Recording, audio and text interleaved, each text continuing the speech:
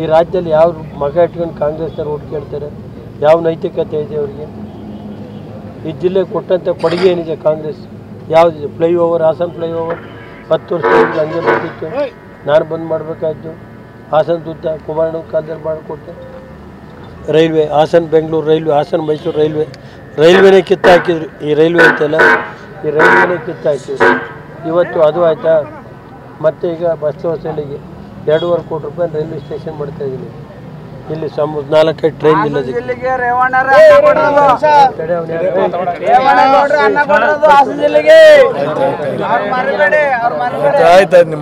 ಗೊತ್ತಾಯ್ತೇನ್ರಿ? ಇವತ್ತು ಏನು ಕೊಟ್ಟಿದ್ದಾರೆ?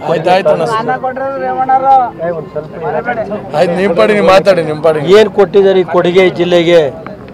ಕಾಂಗ್ರೆಸ್ ಏನು ಕೊಡುಗೆ ಇದೆ? ಯಾವ ಸ್ಕೂಲ್ ಬಿಲ್ಡಿಂಗ್ ಕೊಟ್ಟವ್ರೆ? ಏನೈತೆ ಹೇಳಪ್ಪ. ಒಂದು ಕಾಲೇಜ್ ಬಿಲ್ಡಿಂಗು, ಹೊಳೆಸೂರು ಕಾಲೇಜ್ಗೆ 1.5 ಕೋಟಿ ಕೊಟ್ಟಿದ್ರು, ಅದನ್ನು ಕಿತ್ತಾಕಿವ್ರೆ. ಇಷ್ಟೊಂದು ಕೀಳು ಮಟ್ಟದ ರಾಜಕೀಯ ಮಾಡ್ತವ್ರೆ.